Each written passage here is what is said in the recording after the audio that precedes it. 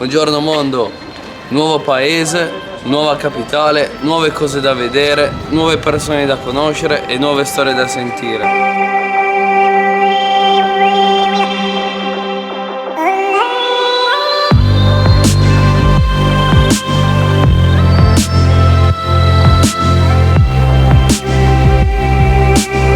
Buongiorno ragazzi, come va? Buongiorno mondo.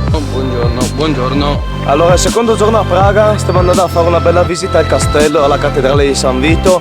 Siamo stati ospiti in un ostello gigantesco, dove chiaramente la nostra camera era al quinto piano senza ascensore, ovviamente.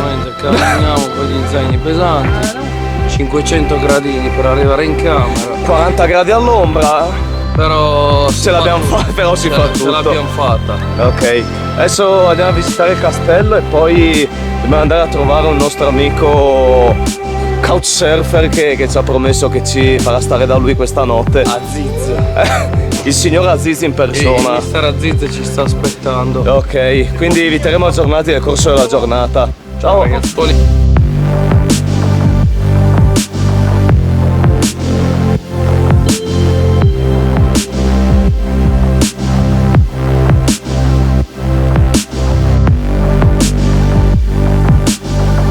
Beh ragazzi, Praga è sempre super affollata, come me la ricordavo dall'ultima volta che sono stato qua, cioè in gita quando avevo 18 anni sono stato qui a Praga e sono stato proprio qui, in questi stessi posti in cui adesso sto portando il mio amico in questa grande avventura.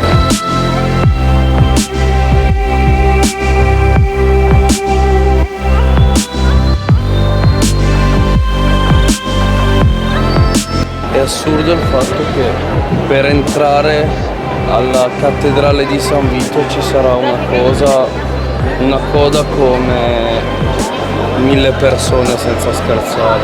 È assurdo veramente.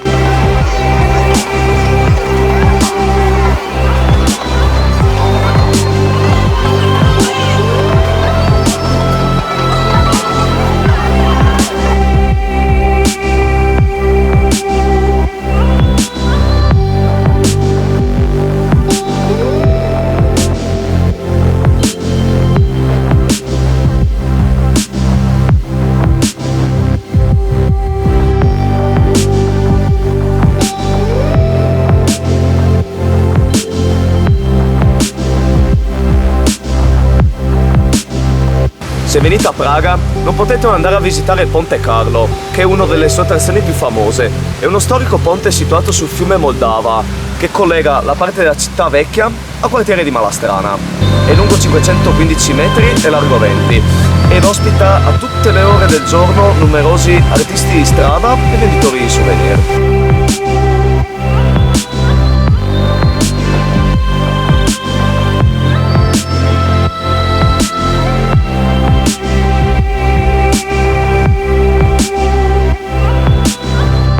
La data esatta della fondazione del ponte fu il 9 luglio 1357 alle 5:31 e fu decretato ai principali astrologi dell'epoca, che credevano questa combinazione di numeri un triangolo magico che avrebbe preservato il ponte nei secoli. E la leggenda dice anche che nella malta durante la costruzione furono messi dei tuorli d'uovo per renderlo più consistente.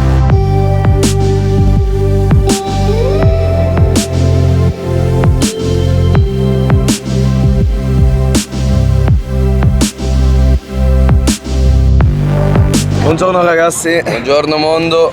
Come va? Spero tutto bene. Spero meglio di noi. Spero meglio di noi. Sì, noi abbiamo un leggero mal di schiena, ma proprio leggero. Allora, il fatto è che oggi stiamo dando un buongiorno un po' particolare perché quest'ultima è stata la notte più scomoda, se si può più dire. Più scomoda, anche difficile da spiegare in una sola parola. Surreale forse. Più surreale che penso abbiamo mai passato in queste 2 settimane di viaggio. Praticamente com'è andata la cosa? Adesso siamo qui a Praga e c'è questo ragazzo che ci ha un certo Aviv che ci ha ospitati a casa sua, gentilissimo.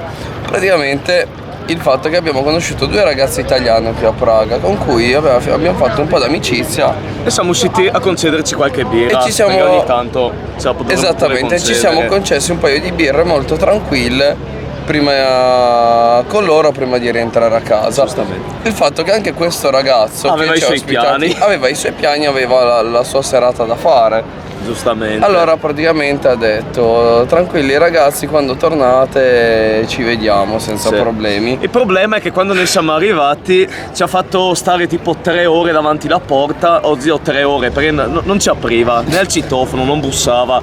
Praticamente abbiamo citofonato, bussato per mezza nottata, non ci ha mai aperto, non ha mai sentito Pensavo nulla. quasi di chiamare la polizia perché pensavamo fosse successo qualcosa. E siamo praticamente rimasti perché lui dormiva o aveva il sonno pesante, non aveva sentito nulla.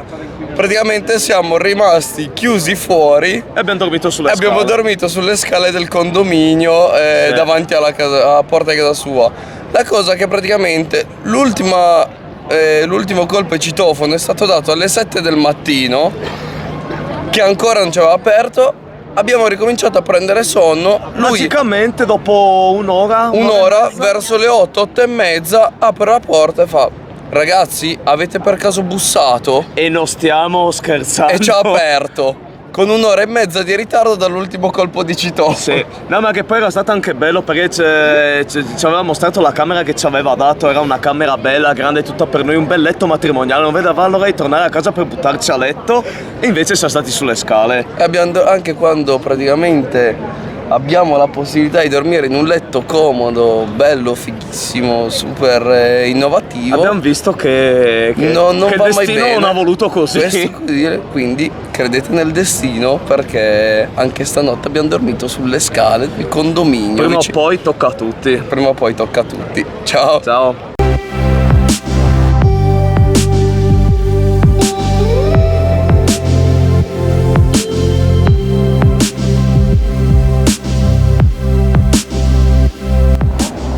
Di tutti i personaggi famosi nati nella città di Praga, il più conosciuto è sicuramente lo scrittore Franz Kafka, autore di racconti e romanzi, tra cui spiccano La Metamorfosi, Il Castello, America o Il famoso processo.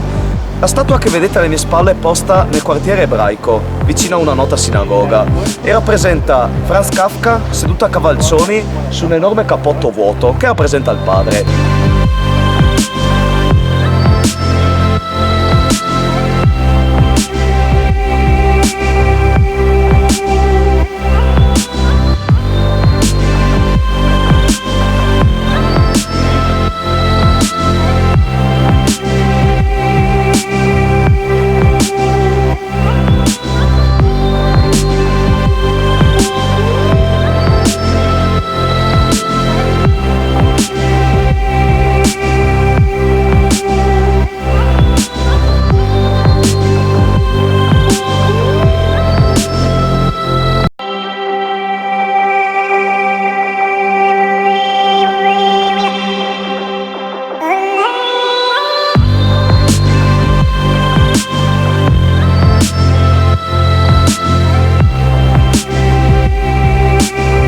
Mi piacerebbe sottolineare il fatto che, questa per me è la prima volta a Praga, comunque in generale in Repubblica Ceca, però questa città veramente di giorno già è uno spettacolo a senso unico. Se poi di sera si viene a illuminare con le luci in questa maniera, il tutto viene reso ancora tra virgolette più magico, anche perché già di per sé la città è veramente magica, penso sia l'aggettivo migliore per indicare Praga.